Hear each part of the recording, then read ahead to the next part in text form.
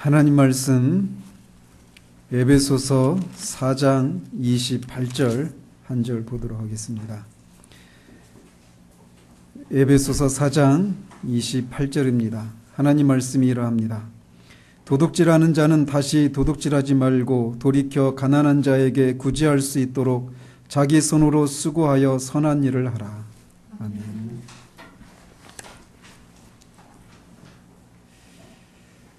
지난주에는 옛사람을 벗고 새사람을 입는 삶의 두 번째 구체적인 권면으로 불의와 악에 대해서 분노하되 죄를 짓지 말아야 할 것에 대해서 우리가 살펴보았습니다. 오늘은 옛사람을 벗고 새사람을 입는 삶의 세 번째 구체적인 권면에 대해서 살펴보도록 합니다. 도둑질하지 말라라는 겁니다. 그러나 도둑질하지 말라라고만 그치지 않고 가난한 자에게 구제할 수 있도록 자기 손으로 수고해서 선한 일을 하라라고 말을 하고 있습니다. 즉 사도는 옛사람을 벗는 삶과 새사람을 입는 삶을 같이 항상 균형을 가지고 얘기하고 있다는 것입니다. 그래서 도둑질하지 말라라고 하는 소극적인 권면으로 그치지 않고 자기 손으로 수고해서 선한 일을 하라라고 하는 적극적인 권면을 같이 얘기하고 있는 겁니다. 여러분 혹시 지금 사도가 이 에베소의 성도들에게 옛사람을 벗고 새사람을 입는 이 삶을 얘기하면서 권면하고 있는 내용들, 즉 거짓말하지 말아라, 또 분노하지 말아라, 또 오늘 같은 경우에는 도둑질하지 말라, 이런 권면을 하고 있는 것을 보면서 아니 이 에베소의 성도들은 우리가 지금까지 앞에서부터 살펴본 것처럼 분명히 그 심령이 새로워진 사람들이란 말이에요. 그리스도 안에 있어서 새롭게 된 피조물이라고 일컬어지는 분명히 하나님의 백성들, 거듭난 사람들인데 아니 어떻게 그리고 더더군다나 1장 13절에서 살펴본 것처럼 그들은 성령의 인치심을 경험한 사람들이란 말이에요. 굉장히 영적으로 새롭게 되고 영적으로 굉장히 깊은 그런 은혜를 경험한 사람들인데 아니 어떻게 이런 사람들에게 거짓말하지 말아라, 분노하지 말아라, 도둑질하지 말아라 이런 권면을 하고 있을까라고 생각할 수 있습니다. 아니 거짓말하지 않고 도둑질하지 않는 거 이거는 굳이 거듭나지 않은 사람들이라 할지라도 그거를 안 하고 있는 사람들이 많은데 아니 어떻게 이렇게 거듭나서 심령이 새롭게 되고 거듭나서 전혀 새로운 삶의 영역으로 존재로 부르심을 받은 이런 사람들에게 이렇게 수준 낮은 권면들을 하고 있을까라고 생각할 수 있단 말이죠.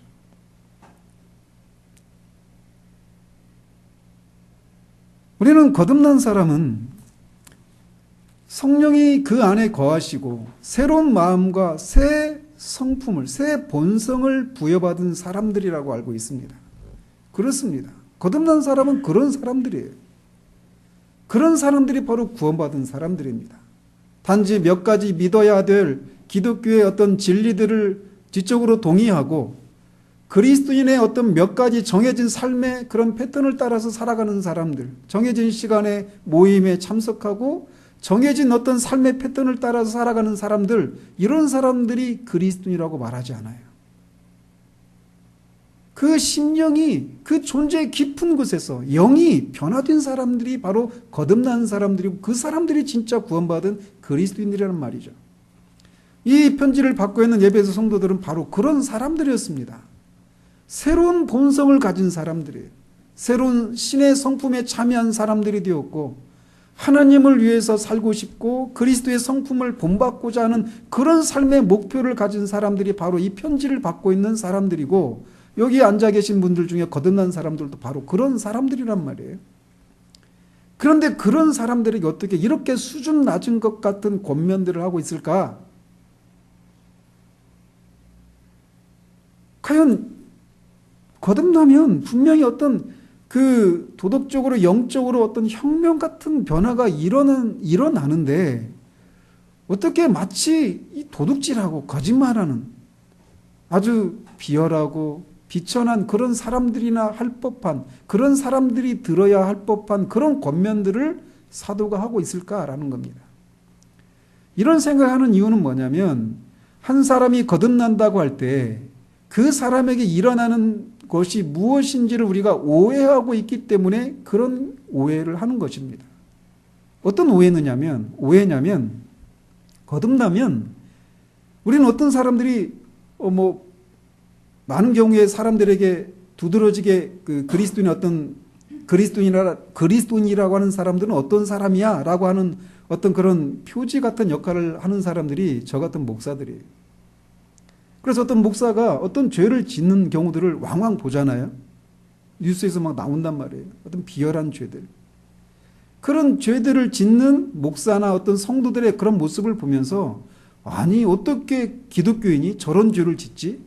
그러면서 저 사람은 거듭난 사람이 아니야 라고 우리가 쉽게 판단할 수 있어요.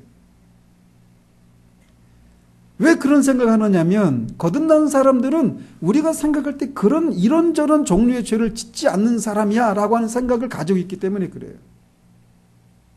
그러나 그렇지 않습니다. 거듭난 사람이라 할지라도 분명히 그래서 새로운 성품에 신의 성품에 참여하고 새로운 본성을 소유한 사람이라 할지라도 여전히 그 사람 안에는 옛 본성이 남아있어서 죄의 유혹을 받을 수도 있고 그 유혹에 넘어져서 죄를 지을 수도 있다라는 거예요. 그러면 무슨 차이가 있느냐? 거듭난 사람과 거듭나지 않은 사람이 똑같은 어떤 죄를 지을 수 있는데 그 차이가 뭐냐? 그 죄를 짓는 것이 그 사람의 어떤 삶의 패턴이 되고 있는가? 습관적으로 그 사람은 거짓말쟁이 또는 그 사람은 도둑놈, 도둑질하는 놈 이런 어떤 인상을 주어질 수밖에 없는 그런 삶의 패턴을 계속 지속적으로 유지하고 있다면 그 사람은 거듭난 사람이 아닙니다. 그럼에도 불구하고 거듭난 사람이라 할지라도 그런 죄들을 지을 수 있습니다. 지어도 된다는 얘기가 아니라. 그래서 사도는 이 사람들에게 이런 권면들을 하고 있는 거예요. 또 어떤 사람들은 똑같이 거듭난 사람들임에도 불구하고 어떤 특정한 죄에 대해서 그 사람이 거듭나는 순간 그 죄가 그 사람에게 더 이상 문제가 되지 않는 사람이 있을 수 있습니다. 이를테면 그리스도 밖에 있었을 때 어떤 특정한 죄를 지었던 사람이 막 술고리했던 사람이 예수를 진짜 믿고 그 순간적으로 그냥 그 이후로 그냥 술 문제가 전혀 그 사람에게 문제가 안 되는 사람이 있을 수 있어요. 그런데 어떤 사람의 경우에는 그 술 문제가 끊임없이 씨름의 대상이 될 수 있어요. 그래서 많은 씨름과 갈등과 투쟁을 하면서 죄를 이기고 그 죄와 더불어 싸워야 되는 그런 사람이 있을 수도 있습니다. 똑같이 거듭났음에도 불구하고. 그래서 어떤 사람들은 도둑질하는 이 문제, 이게 나한테는 더 이상 문제가 안 되는데 어떤 사람의 경우에는 그게 문제가 될 수 있어요. 그리고 또 하나, 거듭난 사람들이라 하더라도 똑같이 죄를 인식하는 건 아니라는 것입니다. 어떤 사람들은 어떤 죄를 특별히 어떤 죄에 대해서 굉장히 예민하고 민감해요. 그런데 어떤 사람은 그 죄에 대해서 굉장히 그 사람이 느끼는 것 같이 그 사람이 인식하는 것처럼 그렇게 인식하지 않는 둔감한 사람이 있을 수 있습니다.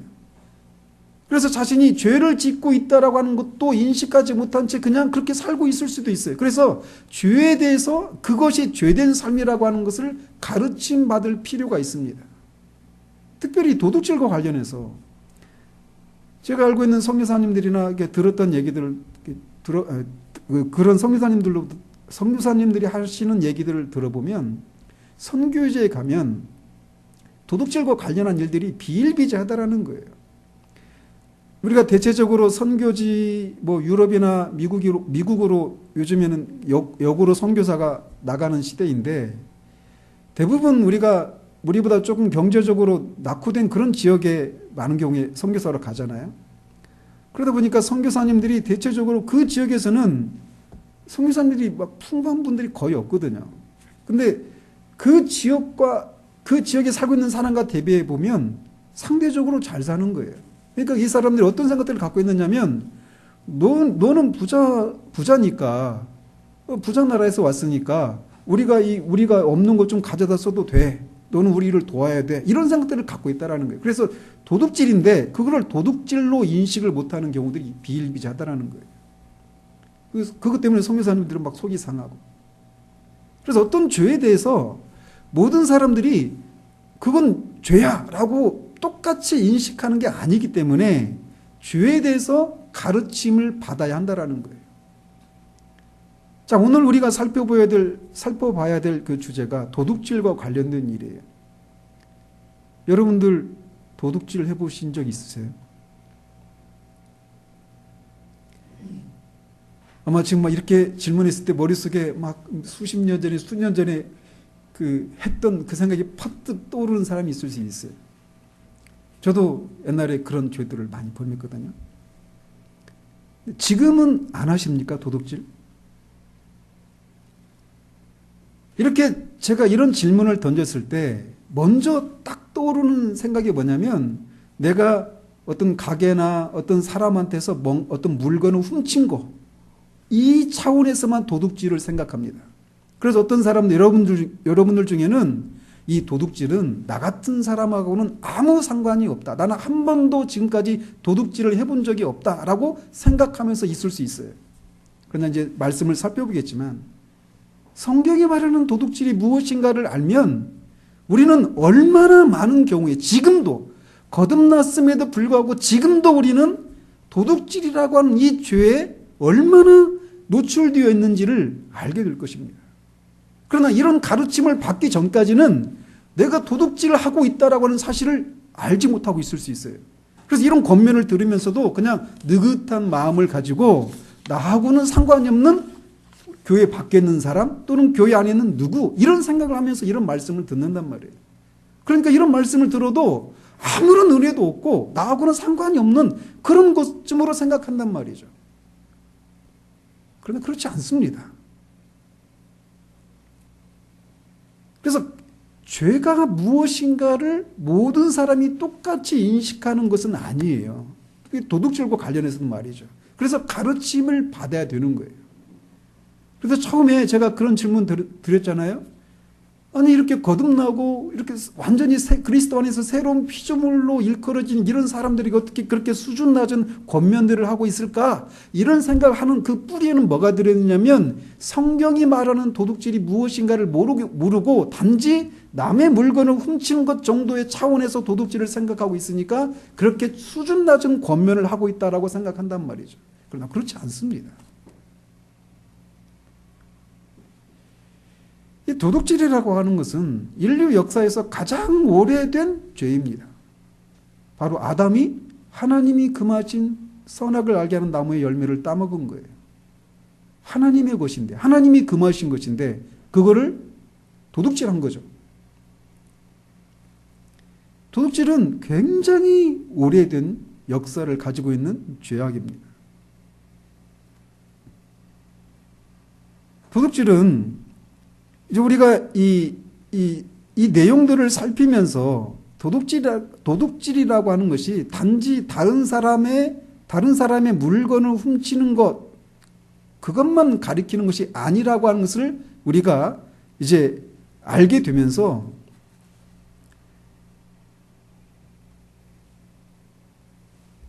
그러면서 이 권면이 나하고는 상관이 없는 것이 아니라 지금도 매주 우리가 얼마나 이런 위험에 노출되어 있는가를 알면서 이 계명과 관련해서, 이 권면과 관련해서도 하나님의 은혜가 아니면 우리가 이 권면을 따라 사는 삶이 가능하지 않다라고 하는 사실들을 깨닫게 될 겁니다. 사람들이 그냥 일반적으로 남의 물건을 훔치는 것을 도둑질이라고 이렇게 가장 작게 잡고 말씀을 드릴 때 왜 사람들이 도둑질을 할까요? 크게는 두 가지라고 볼 수 있습니다. 하나는 훔친 사과가 더 달다라고 말하는 그 사람들이 있다라고 잠언에서 말하고 있는 것처럼 남의 것을 훔치고 들키지 않고 남의 것을 훔치는 것에서 오는 그런 쾌감, 그 죄가 주는 그 쾌감 때문에 도둑질을 하는 사람들이 있습니다. 그래서 어떤 사람들은 어떤 물건이 없어서 그런 게 아니라 그냥 도둑질 그 자체가 좋아서 안 들키고 스릴 있게, 그리고 내가 가지고 싶은 것을 그렇게 훔치는 그것에서 오는 그런 쾌감 때문에, 그 죄가 주는 달콤함 때문에 도둑질을 하는 경우들이 있어요. 그러나 많은 경우에는 도둑질하는 그 심리의 그 기저에 깔려 있는 것은 한마디로 내가 노력하지 않고 남의 것을 내 것으로 취하려고 하는 이 심리가 도둑질에 깔려 있는 겁니다. 수고하지 않고 어떤 이익을 얻으려고 하는 것, 이걸 가리켜서 성경은 도둑질이라고 그래요. 그래서 이 도둑질을 하지 말라, 도둑질과 반대되는 개념은 뭐냐면 도둑질하지 않는 것이 아니에요. 사도가 뭐라고 권면합니까? 일하라는 겁니다. 왜냐하면 도둑질하는 그 심리에 깔려있는 게, 심리의 그 기저에 깔려있는 것이 일하지 않고 노력하지 않고 수고하지 않고 남의 것을 내 것으로 취하려고 하는 그것이 깔려있기 때문에, 그것이 도둑질로 이어지기 때문에 일하라고 하는 권면을 하고 있는 거예요. 그래서 도둑질의 반대는 도둑질하지 말라가 아니라 일하라는 겁니다. 노력을 해서 수고해서 정당한 수고의 대가를 얻어라. 이게 도둑질에 반대되는 개념이에요. 그러니까 도둑질하지 말라라고 하는 것은 도둑질하지 않는 것만 포함되는 것이 아니라 일하지 않는 것도 도둑질에 해당되는 거예요. 그죠? 그러니까 이 권면은 굉장히 포괄적이고, 그냥 남의 집에 몰래 밤에 들어가서 주인이 없는데 물건을 훔쳐오는 것, 그런 정도에 머무르는 것이 아니라는 것을 이 사도의 권면에서 우리가 1차적으로 알 수 있는 거죠. 어쨌든 이 도둑질하는 심리의 그 기저에 깔린 것은 내가 수고한 것보다 더 많은 어떤 이익을 얻으려고 하는 그 심리, 일하지 않으려고 하는 심리, 이것이 그 밑바닥에 깔려 있다라고 할 수 있어요. 그런데 한편 사도가 이렇게 도둑질하지 말아라, 거짓말하지 말아라, 이런 권면을 받고 있다는 얘기는 이 편지를 받고 있는 사람들이 한때는 거짓말했던 사람들이었고 또 도둑질했던 사람들이었다라고 하는 것을 우리에게 시사해 주고 있어요. 그런데 이를테면 그 고린도전서 6장 9절 11절에 사도는 이렇게 말을 해요. 불의한 자가 하나님의 나라를 유업으로 받지 못할 줄을 알지 못하느냐. 미혹을 받지 말라. 음행하는 자나 우상 숭배하는 자나 간음하는 자나 탐색하는 자나 남색하는 자나 도적이나 탐욕을 부리는 자나 술 취하는 자나 모욕하는 자나 속여 빼앗는 자들은 하나님의 나라를 유업으로 받지 못하리라. 너희 중에 이와 같은 자들이 있더니 주 예수 그리스도의 이름과 우리 하나님의 성령 안에서 씻음과 거룩함과 의롭다 하심을 받았느니라 라고 말하고 있습니다. 고린도 교회를 향해서 이렇게 말하고 있는데, 이 편지를 받고 있는 에베소 교인들 중에도 이런 사람들이 있었어요. 하나님 나라의 유업을 받기에 합당하지 않았던 그런 삶을 살았던 사람들이었단 말이에요. 저와 여러분들도 마찬가지죠. 여기 있는 사람들 중에 하나님 나라의 유업을 받을 수 있는 자격을 가지고 태어난 사람은 아무도 없습니다. 아무도 하나님 나라의 유업을 받을 수 있는 자격이 없어요. 근데 그런 사람들이었는데 예수 그리스도의 보혈의 능력과 성령의 능력을 통해서 하나님의 은혜로 말미암아 이제는 그런 사람이 되지 않았다라고 말하고 있는 거예요. 즉 전에는 너희들이 거짓말쟁이였고 도둑질하는 사람들이었지만 이제는 그런 사람이 안 되게 됐다라고 말을 하고 있어서 우리가 알 수 있는 건 뭐냐? 복음이라고 하는 것은 우리를 실제적인 어떤 죄악으로부터 건져내는 능력이 있다라고 하는 것을 우리에게 말해주는 거예요. 단지 예수 믿고 복 받고 천국 가는 것이 복음의 전부가 아니라 실제로 거짓말쟁이였던 사람이 예수 그리스도의 그 복음을 믿고 믿음으로 말미암아서 거짓말하는 사람이 아니라 참된 것을 말하는 사람으로 바뀌는 것, 이게 복음이 가지고 있는 능력이라는 거예요. 도둑질했던 사람들이 더 이상 도둑질하지 않고 적극적으로 선을 행하기 위해서, 구제하기 위해서 일을 하는 사람으로 바뀌는 것, 이게 복음이 가지고 있는 능력이라는 것입니다. 그래서 전에도 말씀드렸지만 아버지 돈을 훔쳤던 조지 뮬러라고 하는 사람이 도둑이었단 말이에요. 그런데 그 사람이 오늘날 재산 가치로 따지면 1,000억대가 넘는 그런 하나님 나라의 일을 감당하는 사람으로 바뀌는 일이 복음 안에서 일어나는 것이에요. 알코올 중독자에서 수전증으로 막 손을 덜덜 떠는 사람들이 예수 그리스도를 믿음으로 말미암아서 면도질을 하는 이발사가 되는 거예요. 손을 떨면서 면도질 해봐요. 금방 큰일 나죠. 근데 복음은 그냥 술 주정뱅이가 그냥 술을 끊었다 정도가 아니라 실제적으로 면도를 하는 사람으로 그렇게 완전한 구원의 능력이 나타난다는 것입니다.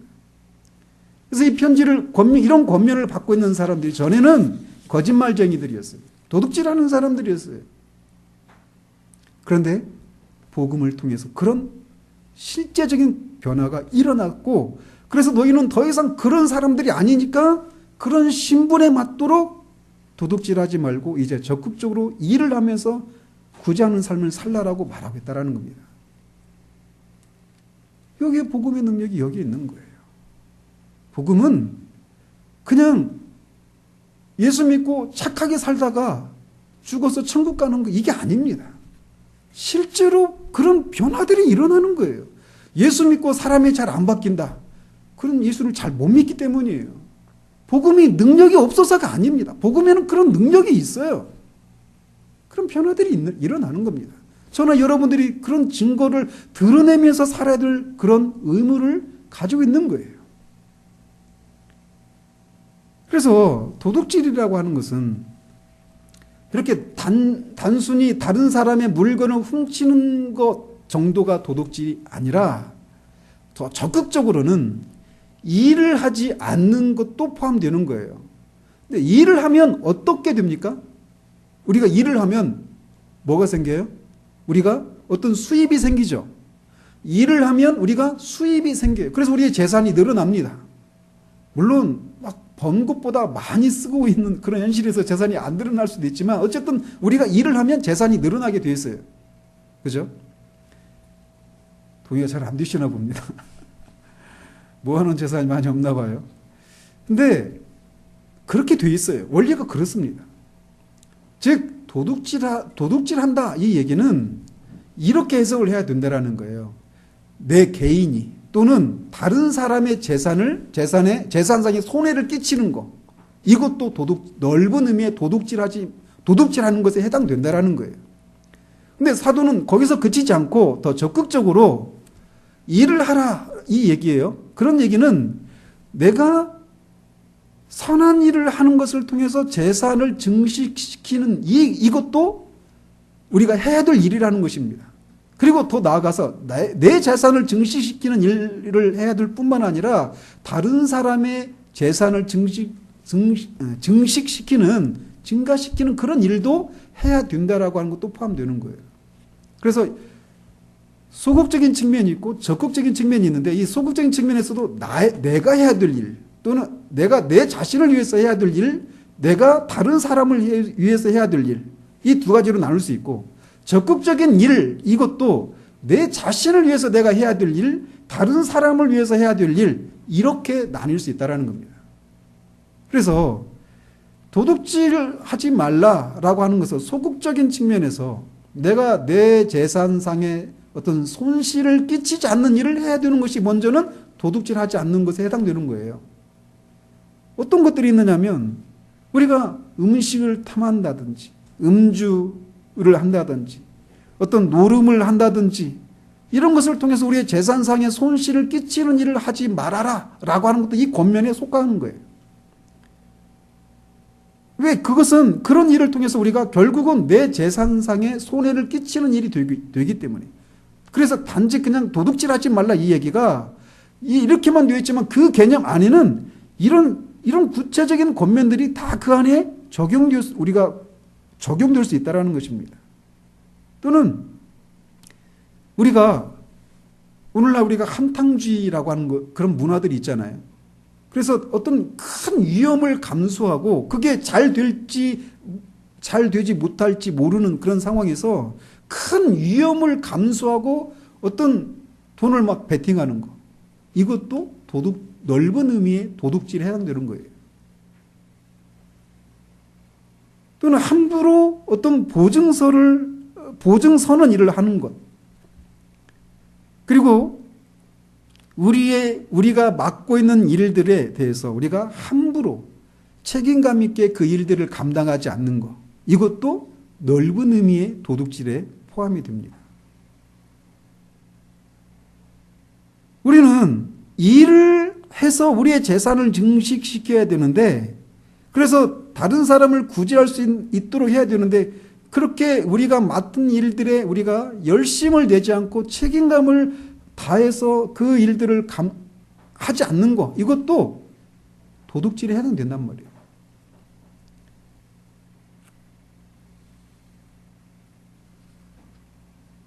그것을 위해서 우리가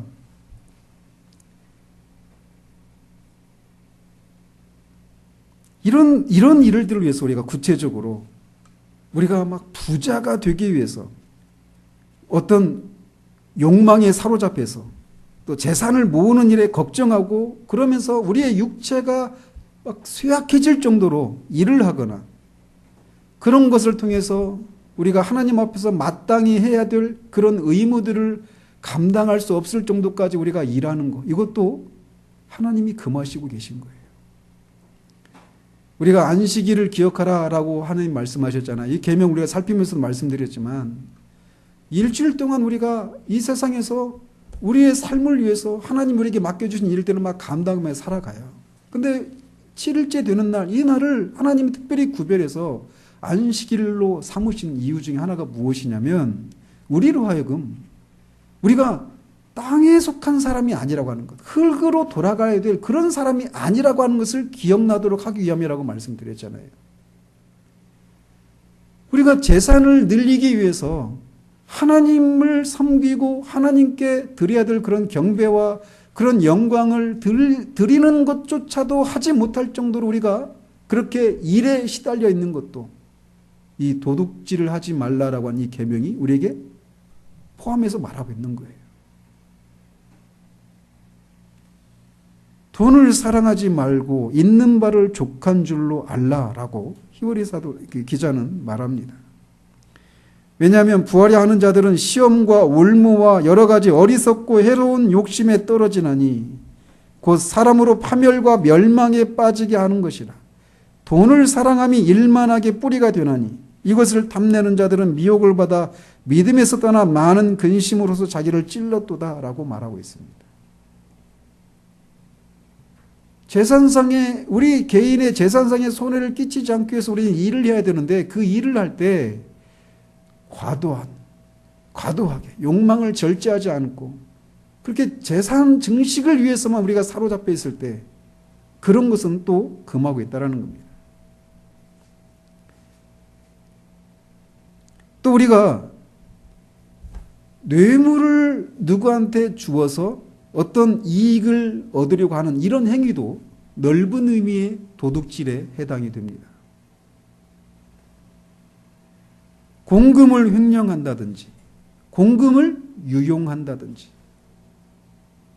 이것도 넓은 의미의 도둑질에 해당이 되는 거예요. 부당한 방법으로 소득을 얻는 것을 성경은 금하고 있습니다. 즉 부당한 방법으로 소득을 얻는 것도 결국은 넓은 의미의 도둑질에 해당이 된다는 거예요. 오늘날 한국교회가 이런 부분에서 무분별합니다. 교회에 헌금을 많이 하면 교회에서 힘을 얻어요. 근데 그 드리는 헌금이 과연 정당한 방법으로 얻어진 것인가? 이것에 대해서 우리가 얘기하지 않는다라면 그건 온전한 것이 아니죠. 우리는 우리 자신을 향해서 우리 개인의 재산상의 손해를 끼치지 않기 위한 일들을 이런 방식으로 해야 됩니다.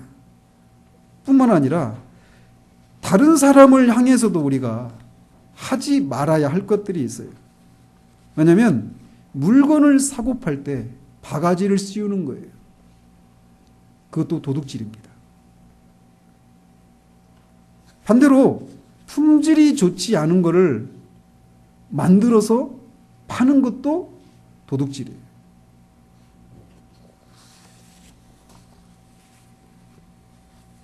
물론 명백한 도둑질, 사기, 날치기, 강도 이런 것도 다 당연히 도둑질에 해당되죠. 또 우리가 자기 사업장이 아니라 직장에 다니고 있는 사람들이라면 자기가 직장에서 자기에게 맡겨진 일들에 책임을 다하지 않는 것도 도둑질에 해당이 됩니다.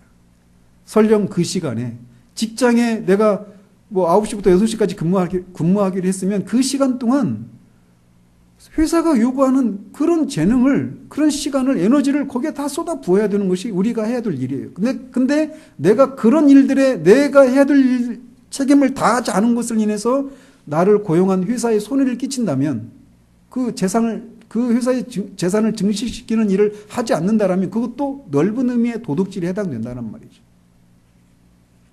심지어 그 시간에 전도하고 그런 일을 한다 하더라도, 교회를 한다 하더라도 그거는 성경이 금하고 있는 거예요. 일할 때는 일해야 됩니다. 직장에 가서 왜 교회 일을 해요? 저도 직장생활 10년 했지만 직장에 다니는 동안에는 직장에서 근무하는 시간 동안은 직장 일을 해야 됩니다. 나머지 시간에 다른 일을 해야 되는 거죠. 또 이자를 지나치게 높게 받는 고리대금업, 이것도 도둑질에 해당이 됩니다. 또 개인적으로 돈을 빌렸는데 그것을 갚지 않는 것, 이것도 도둑질에 해당이 됩니다. 또는 신용카드를 남용해서 신용불량자가 되는 것, 이것도 도둑질에 해당이 돼요. 또는 재산상의 손해를 끼치는 것뿐만 아니라 다른 사람의 지식을 훔치는 것도 도둑질에 해당이 됩니다. 이를테면 컨닝한다든지, 또는 논문이나 설교를 표절한다든지, 또는 어떤 프로그램들을 불법 다운로드 한다든지, 이런 것들도 다 도둑질에 해당이 됩니다. 어떻습니까? 점점 들어보면서 도둑질이라고 하는 게 굉장히 우리도 모르게 내가 도둑질을 하고 있는 경우도 있을 수 있구나, 이런 생각이 들지 않으세요? 또는 이 다른 사람을 험담함으로써 다른 사람의 명예나 인격을 도둑질하는 것도 도둑질에 해당이 됩니다. 압살롬이 그 이스라엘의 마음을 훔쳤다라고 말하잖아요. 다윗에게 돌아가야 될 그 마음을 압살롬이 훔쳤다라고 얘기해요. 우리 아버지는 너무 국무가 바쁘셔서 당신 같은 이런 사소한 재판들을 하기에는 바쁘시니까 그 재판 내가 하겠다 하면서 백성들의 마음을 훔쳤잖아요. 그걸 훔쳤다라고 표현해요. 도둑질이란 말이에요. 다른 사람의 명예나 인격에 돌아가야 될 그런 것들을 훔치는 거, 이것도 도둑질이에요. 공무원이라면 공무를 담당하기 위한 핑계로 부당한 지출을 하거나 해외 연수를 가는 거예요. 교회 안에서도 마찬가지죠. 오늘날 교회 안에서 가장 크게 문제가 되는 게 재정의 불투명함이에요. 재정이 불투명한 거예요. 그 헌금이 성도들이 일주일 동안 세상에서 주님을 위해서 살기 위해서 땀 흘리고 핍박도 받고 그런 외로움과 그 땀의 대가들인데 그것들이 어디로 쓰여지는지 불투명해요. 그리고 그것들을 낭비하는 것, 이것도 도둑질입니다.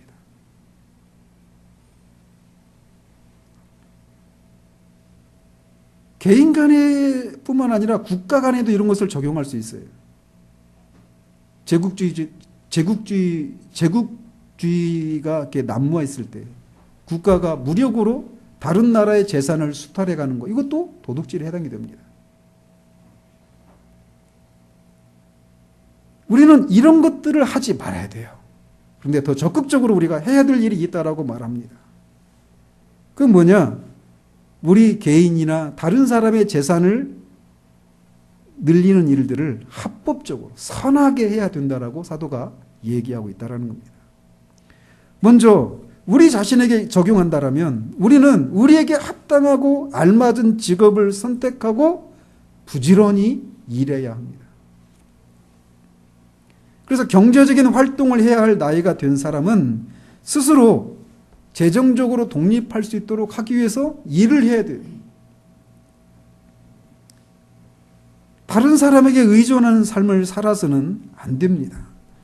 누구든지 일하기 싫어하거든 먹지도 말게 하라고 사도는 말합니다. 사람들은 아까도 처음에 말씀드렸지만 도둑질을 하는 그 심리의 기저에 깔려있는 것이 일하지 않고 어떤 대가를 얻으려고 하는 것이라고 말씀드렸잖아요. 사람들은 일하지 않고 어떻게 하면 더 많은 소득을 얻을 수 있을까라고 하는 것을 생각합니다. 그렇게 생각할 때 오늘날 한국 사회에서 가장 큰 문제 중에 하나가 무엇이냐면 부동산 문제예요. 그 부동산 문제의 그 뿌리는 뭐가 있어요? 부동산 문제가 가장 우리 한국 사회의 가장 큰 병폐 중에 하나인데 그 부동산 수익을 통해서 얻는 거를 뭐라고 이름을 붙입니까? 불로소득이라고 붙여요. 일하지 않고 얻은 소득이라고. 만약 교회가 그런 것들에 대해서 정직하게 얘기한다면 그런 불로소득이 성경적이지 않은 성경에서 금하고 있는 도둑질에 해당된다라고 하는 것을 정직하게 얘기한다라면 교회가 5만 교회가 넘는다고 하거든요. 그리고 교인들이 800만, 적게는 800만, 많게는 1,500만까지 잡아요. 오늘날 그 숫자도 다 허수라고 생각되는데 1,000만 명 잡는다면 국가의 5분의 1이 이렇게 일하지 않고 얻은 소득은 정당한 것이 아니다. 도둑질하는 것이다 라고 하는 생각을 바르게 가지고 있다면 부동산 투기 문제 다 해결됩니다. 그렇지 않겠어요? 우리 교인들은 여기하고 아무 상관이 없는 사람들이 대부분인데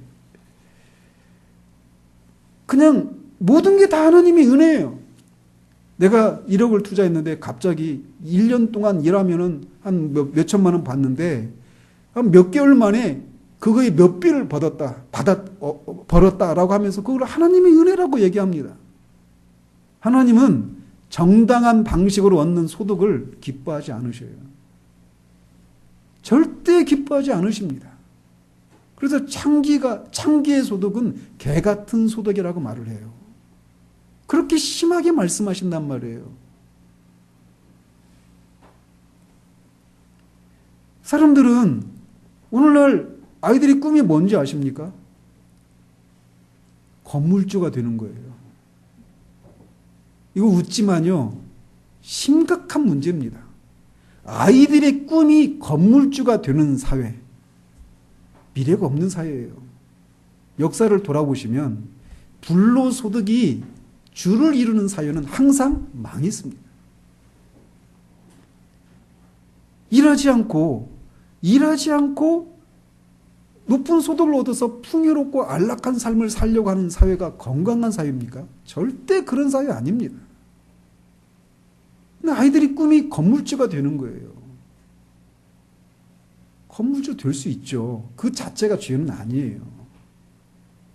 그런데 노력하지 않고 과도한 소득을 얻으려고 하는 그 정신이 그게 도둑질에 해당된다는 거예요. 사람들에게는 일하지 않고 놀고 싶어하는 그런 심성이 있습니다. 그래서 일하지 않고 공부에 열심을 내지 않고 높은 성적을 얻으려고 해요.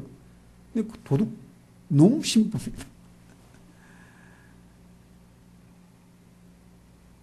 에덴 동산에서도 우리는 에덴 동산에서 아담과 하와가 그냥 막 일어나고 싶을 때 일어나고 자고 싶을 때 자고 그냥 먹고 싶을 때 아무 데나 가서 그냥 뭐 풍성하니까 그냥 따먹고 그냥 그렇게 정말 일하지 않고 그냥 진짜 무의도식하면서 그렇게 살았던 걸 생각합니다.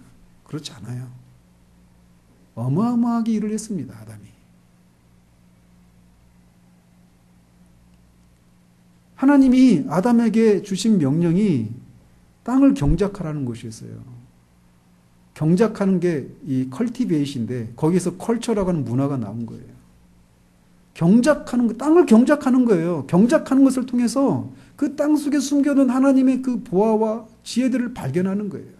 나무를 키우고 동물들을 건사하고 그 에덴 동산을 돌보는 이런 일들을 통해서 이런 것들을 만드신 하나님은 얼마나 능하신 분이시고 지혜로운 분이시고 얼마나 놀라운 분이신가를 알게 하고 그것을 통해서 그 일하는 것을 통해서 일하는 과정을 통해서 하나님을 예배하고 섬기도록 하기 위해서 그렇게 그런 명령을 주신 거예요. 일하는 것은 타락하기 전부터 있었던 일입니다. 물론 타락한 이후 그 입에 들어가는 것을 얻기 위해서 이마에 땀을 흘리고 땅이 가시에 원곡기를 내니까 이제 너네가 수고하고 이마에 땀을 흘려야 된다라고 하는 이 노동의 어떤 수고가 더해진 건 사실이지만 타락하기 전에도 아담은 여전히 일을 했어요. 나중에 우리가 천국에 살 때도 우리는 일합니다. 분명히 일해요. 우리가 영화에서 보잖아요. 막 흰 옷 입고 막 신비로운 분위기 속에서 막 그 어떤 비파나 수금 이렇게 뜯으면서 물가에서 막 평화롭게 막 놀고 그것이 천국 아닙니다. 일하는 거는 하나님이 정해놓으신 거예요. 일하지 않으려고 하는 거는 도둑질하는 거예요. 근데 그런 생각이 지금 사회 속에 계속 막 들어와 있어요. 지금 불로소득이. 그래서 불로소득을 통해서 다른 사람들 막 평생 벌어도 못 벌을 그런 소득들을 얻은 것을 교회 안에 있으면서 하나님이 복을 주셔서 그렇게 그런 수익을 얻었다고 자랑하는. 잘못돼도 한참 잘못된 거죠. 정당한 수입인가를 봐야 돼요. 그래서 우리가 직업을, 그래서 먼저는 우리 개인을 위해서 우리가 일을 해야 돼요. 그래서 우리의 재산을 증시시키는 일을 하면 재산이 따라오게 되어 있습니다. 그런데 일을 하는 이유를 사도는 이렇게 말을 해요. 가난한 자에게 구제할 수 있도록 자기 손으로 수고해서 선한 일을 하라. 일을 하되 선한 일을 해야 됩니다. 성경이 금하고 있는 것을 하면 안 돼요. 그 일이 얼마나 많은 소득을 보장하든 얼마나 많은 명예와 권력을 보장하든 성경이 보장하는 것이 아니면 가난해지는 길을 택해야 됩니다. 또 선한 일을 해야 되는데 그 일을 통해서 얻은 수익을 뭘 위해서 하느냐면 가난한 자에게 구제할 수 있도록 하기 위해서 일을 하라고 얘기하고 있는 거예요. 보십시오. 우리가 진짜 복음이 들어가면 개인적으로든 그게 나라적으로든 복음이 들어가면 죄가 무엇인지를 깨닫게 되는 일이 일어나요. 그죠?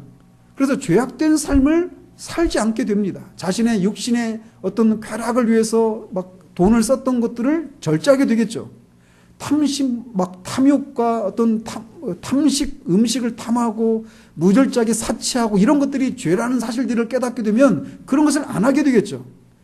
그러다 보면은 돈이 낭비되는 것들이 전략되니까 돈이 쌓이지 않겠어요? 여러분이 돈이 쌓인다라고 하는 것에 계속 동의가 안 되는 표정을 하고 있는데 그게 원래 정해진 방식이에요.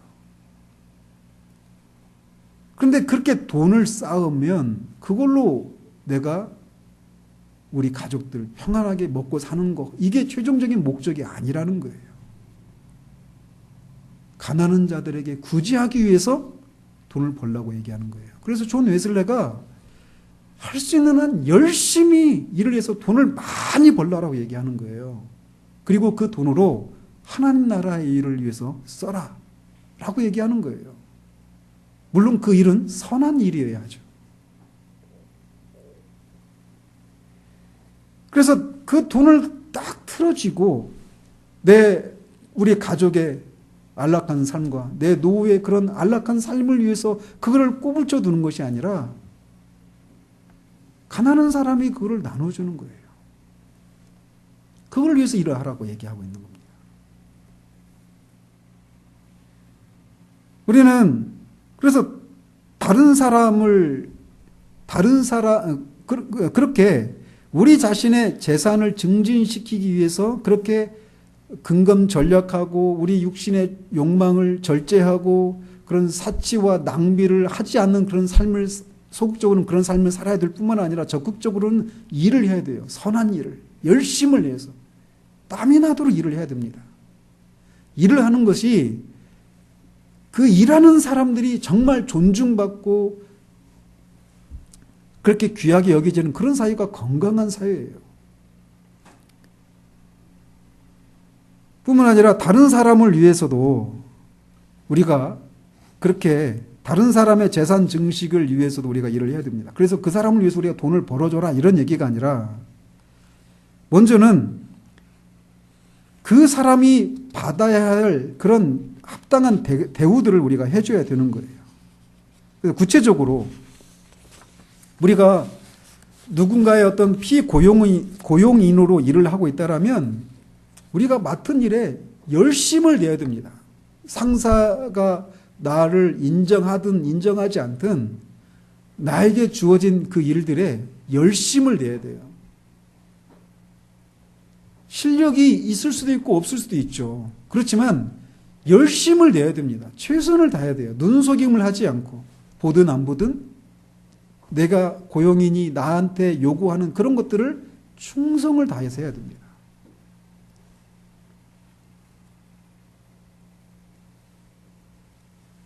그리고 이 다른 사람이 받아야 할 것들을 마땅히 받을 수 있도록 해줘야 돼요.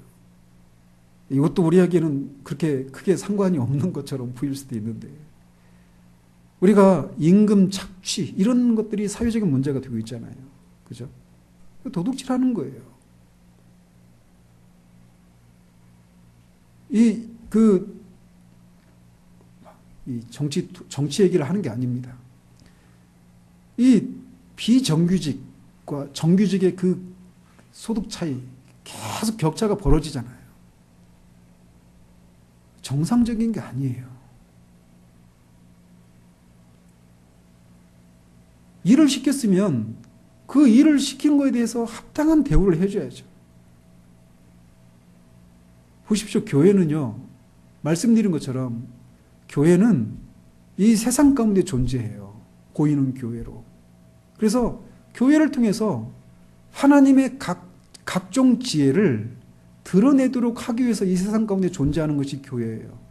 이 교회가 이렇게 도둑질과 관련해서 교회가 불로소득이 정당하지 않은 것이라고 하는 것을 얘기하고 또 정당한 방식으로 일을 하는 것을 권장하고 다른 사람이 받아야 될 그런 대우를 정당하게 해주고 그리고 세금을 내는 것도 마찬가지예요.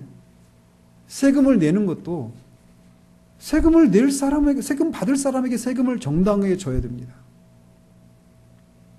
그런 면에서 교회가 또 한국 사회에서 잘못하고 있는 부분이 바로 이런 거예요. 개인적으로 어떤 견해 차이가 있을 수 있지만 성경적인 견해는 세금 받을 사람에게 세금 줘야 됩니다. 부동산 거래, 어떤 모든 거래를 이중 장부를 통해서 세금을 탈루하는 거 다 도둑질입니다.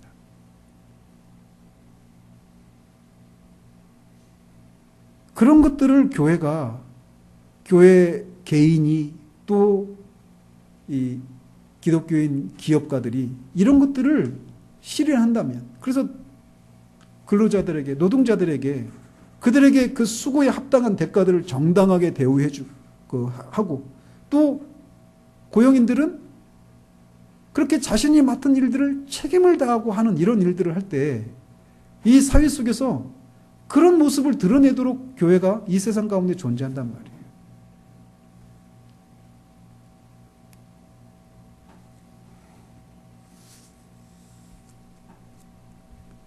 그래서 우리가 말씀을 살펴보면 도둑질하지 말라라고 한 이 계명이 우리가 처음에 딱 도둑질하지 말라라고 할 때 밤에 막 깜깜할 때 이 두건 뒤집어 쓰고 몰래 들어가서 물건 훔치는 그것을 연상하기가 쉬운데 결코 그것이 아니라는 것을 알 수 있어요.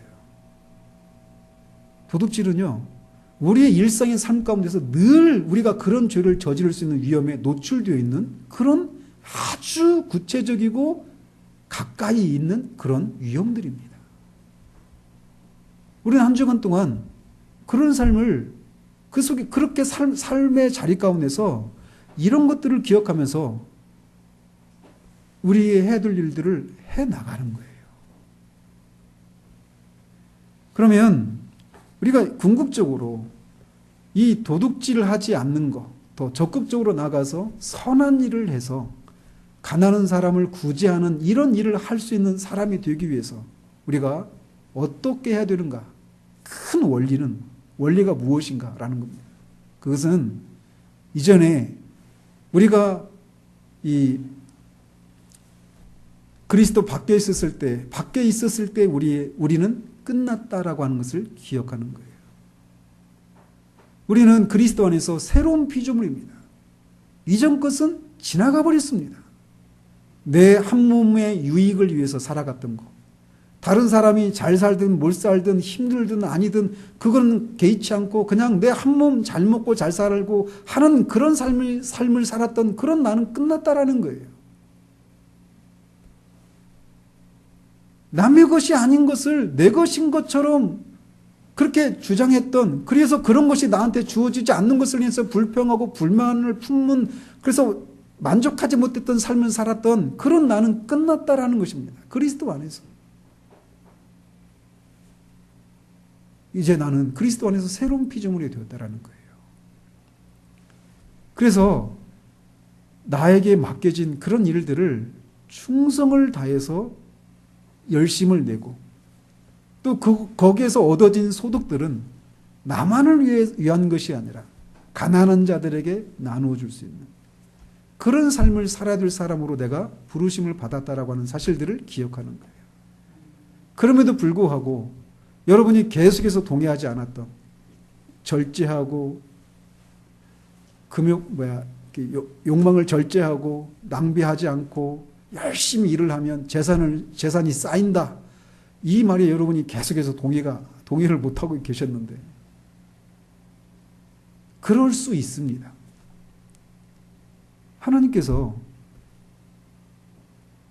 하나님이 우리를 이 땅에 살아가면서 부하게 살지 못하고 가난하게 살게 하실 수 있어요. 하나님 우리를 다 부자 만드실 수 있습니다. 우리는 다 그렇게 되기를 원하죠. 그래서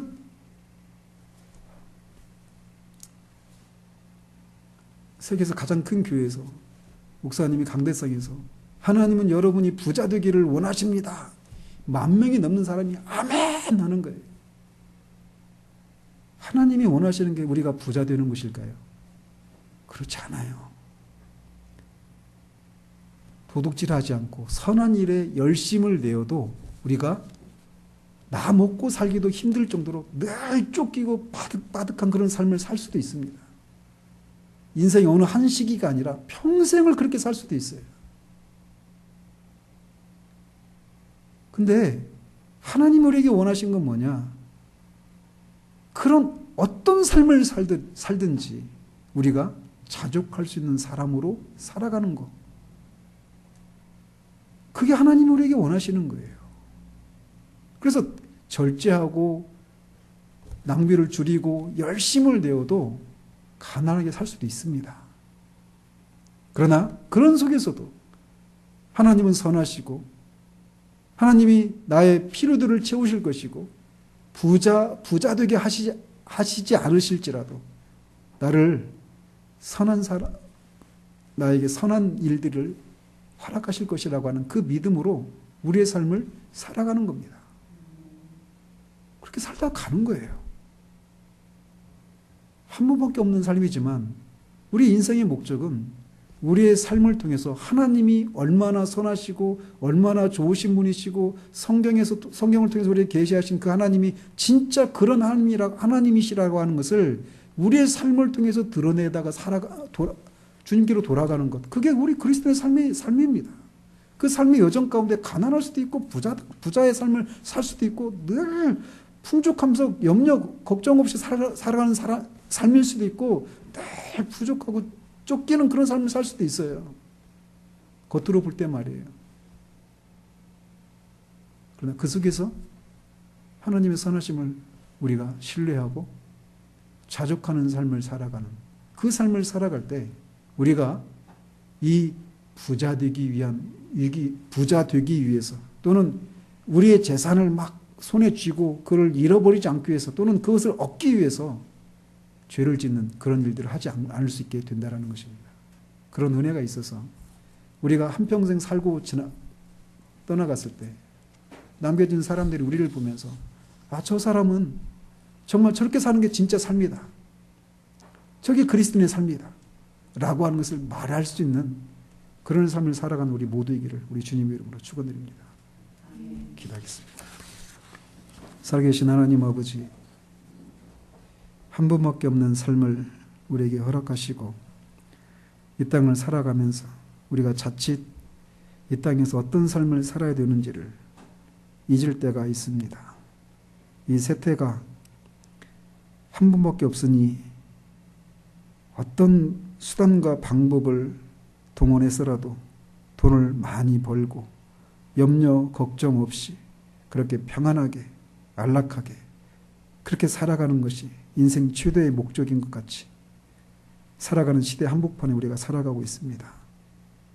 그 시대의 흐름에 우리가 떠밀려가지 않는 사람들 되기를 원합니다. 그 시대의 흐름을 거슬러서 주님이 우리에게 요구하시는 삶이 도둑질하지 않고 선한 일을 통해서 구제하는 삶을 살아가는 그런 삶으로 우리를 부르셨다는 사실들을 드러내고 일하지 않고 많은 소득을 얻는 것 그런 사람들을 부끄러워하게 하고 그런 사람들에게 참된 삶이 무엇인가를 우리의 삶을 통해서 드러내는 그런 우리 모두 될 수 있도록 그런 교회들 될 수 있도록 주님 도우시기를 원합니다. 예수 그리스도 이름으로 기도합니다. 아멘.